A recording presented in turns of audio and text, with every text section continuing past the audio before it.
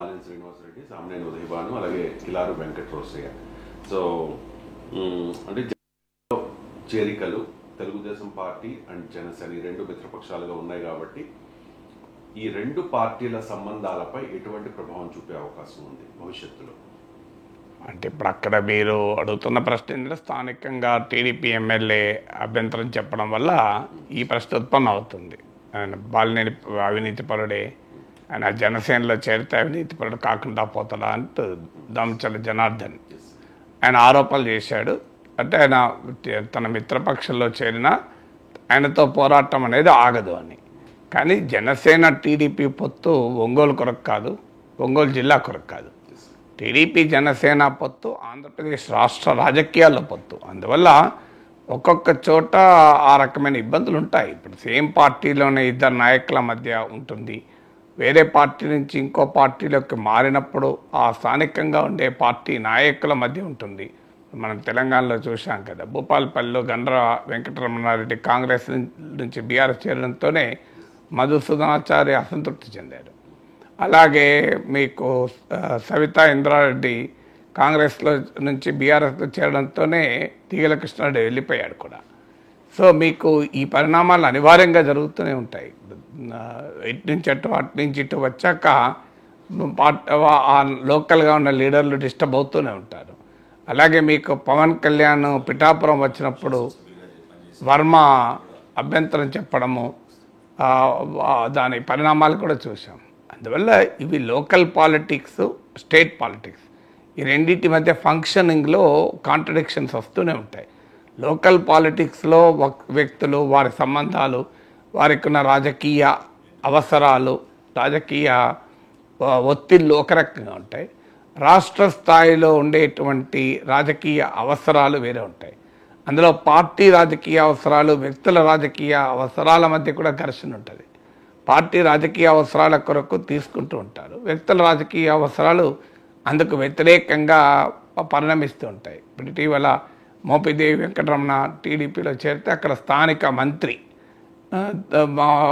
అభ్యంతరం ఉంటుందా అని కూడా ఇలాగే చర్చ జరిగింది. సత్యప్రసాద్ ఆయన మేమిద్దరు చేస్తామని కూడా ప్రకటించారు. సో అందువల్ల ఎక్కడైనా ఒకటి రాష్ట్ర రాజకీయం, స్థానిక రాజకీయం, రెండు పార్టీ రాజకీయం, వ్యక్తుల రాజకీయం, మూడు పార్టీల రాజకీయము, కూటమి రాజకీయం. ఇప్పుడు అన్ని పార్టీలు ఈ పార్టీ అందులో టీడీపీ నుంచి జనసేనకు వెళ్తే అప్పుడు ఇంకొద్దిగా ఎంబరాస్మెంట్ ఉంటుంది. వచ్చిన వాళ్ళు వైసీపీ నుంచి మరి టీడీపీలో కూడా వచ్చారు కదా, రాలేదు. మరి టీడీపీ వచ్చినప్పుడు టీడీపీకి దానివల్ల ఏమైనా మరి జనసేన అభ్యంతరం చెప్పిందా? అందువల్ల టీడీపీలో ఎవరు చేరుతారన్న దానిపైన వైసీపీ బీజేపీల జనసేన బీజేపీల అభ్యంతరం చెప్పలేవు. జనసేనలో ఎవరు చేరుతారన్న దానిపైన టీడీపీ బీజేపీ అభ్యంతరాలు చెప్పలేవు. అది ఒక్కొక్క రాజకీయ పార్టీ తన బలాన్ని పెంచుకోవటానికి ప్రయత్నాలు చేస్తూనే ఉంటాయి. పొత్తులో ఉన్నారు కదా అని జనసేన తన బలం పెంచుకోకుండా టీడీపీ బలం పెరగటానికి పనిచేయదు కదా. టీడీపీ బలం పెరగటానికి పనిచేయదు. ఆ మాటకొస్తే బీజేపీ జనసేన బలం పెరగటానికి టీడీపీ కూడా పనిచేయదు. ఏ పార్టీ ఆ పార్టీ బలాన్ని పెంచుకోవటానికి పనిచేస్తూ ఉంటుంది.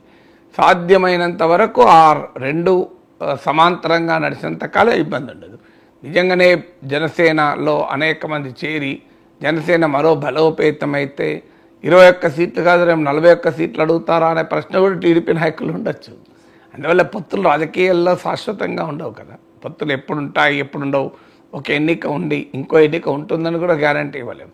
అందువల్ల ఏ పార్టీ ఆ పార్టీని బలోపేతం చేసుకోవడానికి ప్రయత్నం చేస్తూనే ఉంటుంది. ఇప్పుడు స్టేజ్లో జనసేన పెరుగుదల టీడీపీకి ఒక ప్రమాదకరంగా రాజకీయంగా లేదు, సంఖ్యాపరంగా లేదు. సంఖ్యాపరంగానే టీడీపీకి 135 మంది ఎమ్మెల్యేలు ఉన్నారు, 135. ఏ రకంగా చూసినా కూడా very very comfortable majority. So అందువల్ల రాజకీయంగా కూడా ఇప్పటికీ టీడీపీకి ఇతర మిత్రపక్షాలు సంఖ్యాపరమైన సవాల్ని ఇచ్చే పొజిషన్లు లేవు. రాజకీయంగా కూడా చూసినా తెలుగుదేశానికి తిరుగులేని ఆధిపత్యం ఉంది కనుక ఇప్పటికిప్పుడు జనసేన పెరిగినా, బాలినేని, సామినేని ఇంకా నలుగురు చేరి పెరిగినా కూడా ఇప్పటికిప్పుడు అదేమి టీడీపీకి సవాల్గా మారి ఛాలెంజ్గా మారేటువంటి పరిస్థితి ఈరోజు లేదు. భవిష్యత్తులో ఏమవుతుందని రాజకీయాలు ఎవరమో చెప్పలేము. భవిష్యత్తులో ఏ రెండు పార్టీలు కలిసి ఉంటాయి, ఏ రెండు పార్టీలు విడిపోతాయి, ఏ నాయకుడు ఏ పార్టీలో చేరుతాడు ఎవరు చెప్పగలుగుతారు? నిన్నటిదాకా బాలినేని అవినీతిపరుడు, దుర్మార్గుడు, దుష్టుడు. నేడు ఆయన రాష్ట్రం కొరకు మంచి నాయకుడు కదా. సో జగన్తో ఉన్నప్పుడు, వైసీపీలో ఉన్నప్పుడు ఒక రకం.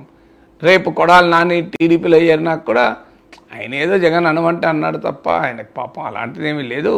కొడాలి నాని మొదటి నుంచి కూడా ఎన్టీ రామారావు భక్తుడు, చంద్రబాబు నాయుడు అంటే గౌరవం. ఏం చేస్తాడు ఆ పార్టీలో ఉన్నప్పుడు అనిపించాడు జగన్ అని అంటారు. కొడాలి నాని చేరినా అదే అంటారు, అంబటి రాంబాబు చేరినా అదే అంటారు. సో ఇటు నుంచి అటు వాళ్ళు చేరుతారని అంటలేదు. ఎగ్జాంపుల్ చెప్తున్నా. రాజకీయాలు ఏముంది, వాళ్ళు కూడా అదే అంటారు. మరి మేము ఆ పార్టీలో ఉన్నప్పుడు ఆ పార్టీ తరఫున మాట్లాడినాం, ఇప్పుడు ఈ పార్టీలోకి వచ్చినాం, ఈ పార్టీ తరఫున మాట్లాడతామని. సో అందువల్ల రాజకీయాలు ఇదేమి సహజ పరిణామంగా మారిపోయింది కదా.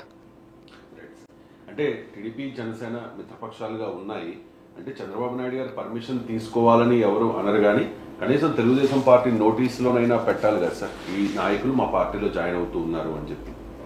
తెలుగుదేశం పార్టీ నోటీసులో పెట్టాలి అన్న నిబంధన ఎక్కడుందండి? తెలుగుదేశం పార్టీలో చేరినప్పుడల్లా జనసేన నోటీసులో పెడుతున్నారా? సమాచారం ప్రకారం ఒక చేరికల కమిటీ ఉందని, ఏ నాయకుడు వైసీపీ నుంచి వచ్చినా కూడా ఏ పార్టీలో జాయిన్ అవ్వాలనేది వాళ్ళు డిసైడ్ చేస్తారనేది వాళ్ళు చెప్పారు. పార్టీ కూటమికి చేరికల కమిటీ ఎట్లుంటుందండి? చేరేది కూటమిలో కాదు, పార్టీలో కదా. ఇప్పుడు కూటమికి చేరికల కమిటీ ఎక్కడుంది, ఎవరున్నారు దానికి? కూటమిలో ఎవరు చేరారు, పార్టీలో చేరుతారు కదా.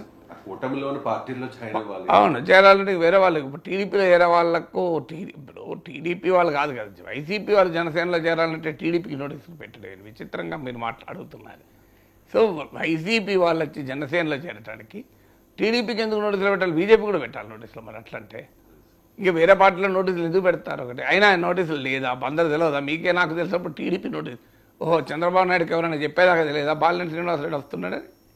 అసలు ఆశ్చర్యంగా ఉంది మీరు అడుగుతున్నారు. అదే ముందే అందరికీ పేపర్లో 100 రోజుల నుంచి వస్తుంది కదా.